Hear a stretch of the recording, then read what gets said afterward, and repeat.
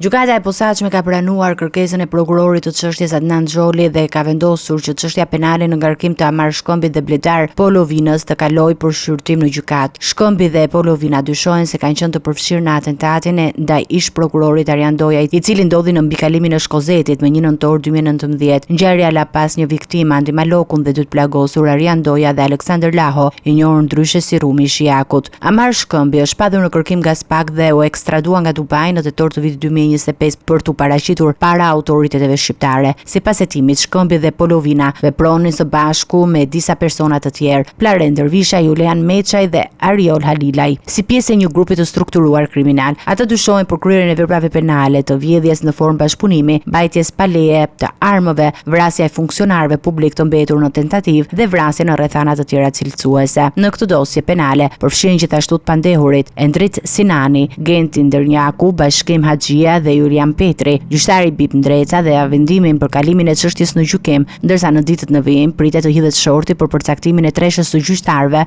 që do të shqyrtojnë çështjen në themel.